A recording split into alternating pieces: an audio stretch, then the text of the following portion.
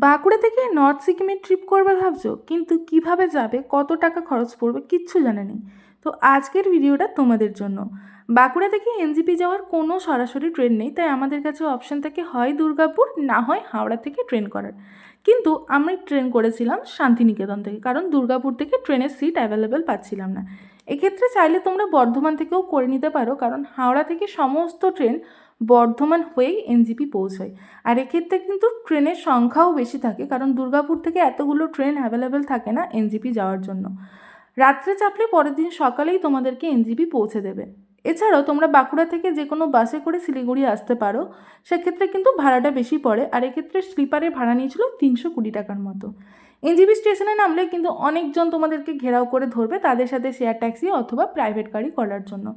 তো তোমরা যদি আগে থেকে কোনো এজেন্সিকে বুক করে আসো, তাহলে তাদের সাথে কন্ট্যাক্ট করে নিও। আর যদি না করে থাকো, তাহলে স্টেশন থেকে বেরিয়ে একটু ফ্রেশ হয়ে চাটা খেয়ে তোমরা যে কোনো শেয়ার ট্যাক্সি করে নিতে পারো। সেক্ষেত্রে কিন্তু পার হেড ভাড়া নেবে 500 টাকা করে।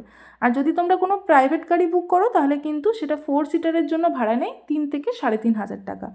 প্রাইভেট গাড়ি বুক করলে তোমরা কিন্তু রাস্তায় যেতে যেতে সাইট সিনগুলো করে নিতে পারবে, কিন্তু শেয়ার ট্যাক্সি করলে সেরকম কোনো সুবিধা পাবে না। শেয়ার ট্যাক্সি শুধুমাত্র দুবারই স্টপ দেয়, একবার ব্রেকফাস্ট করার জন্য আর একবার ওয়াশরুম যাওয়ার জন্য।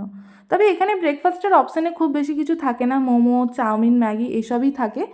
ইন্ডিয়ান খাবারও কিছু কিছু জায়গায় পাওয়া যায়, তো সেক্ষেত্রে ইন্ডিয়ান কোনো টেস্টই পাওয়া যায় না। তো তোমরা তোমাদের পছন্দ মতো খাবার খেয়ে নিতে পারো। আর এই সমস্ত শেয়ার ট্যাক্সি হোক বা প্রাইভেট গাড়ি, কোনোটাই কিন্তু তোমাদের গ্যাংটকের হোটেল পর্যন্ত যাবে না।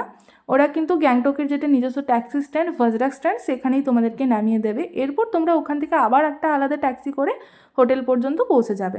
সেক্ষেত্রে কিন্তু ভাড়া নেবে 300 থেকে 500 টাকা, ডিপেন্ডস করছে তোমাদের হোটেলের ডিস্টেন্স কতটা। আর আমাদের হোটেল ছিল এমজি মার্গ থেকে খুবই কাছে, হোটেল ইন্দ্রকিল। আর এটা ছিল আমাদের রুম, আর রুম থেকে এত সুন্দর একটা ভিউ পাওয়া যাচ্ছিল। আমাদের এই রুম রেন্ট কত নিয়েছে, কোথায় কোথায় সাইট সিন করেছি, এই সমস্ত কিন্তু আমি পরের ভিডিওতে শেয়ার করব। সো দেখা হচ্ছে নেক্সট ভিডিওতে। Till then tata.